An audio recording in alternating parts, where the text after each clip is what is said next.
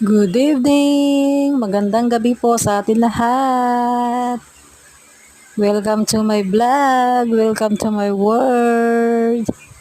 Hi, kamusta kayong lahat dyan? Siyempre today, magda-diet tayo ngayon. Kaya yung dinner ko tonight ay cheeseburger. Ayan si ate. Piniprepare niya ang aking orders. Siyempre, para lumiit ang ating mga bill-bill. Dito po ngayon sa Frank's Burger. Ay, ang sarap po nito, hindi nakakasawang kainin. Siyempre, masarap to pang dinner, pang merienda, lahat-lahat na po. Kaya bili na po kayo. Don't forget, like, share, and subscribe to my channel. Thank you po. Bye!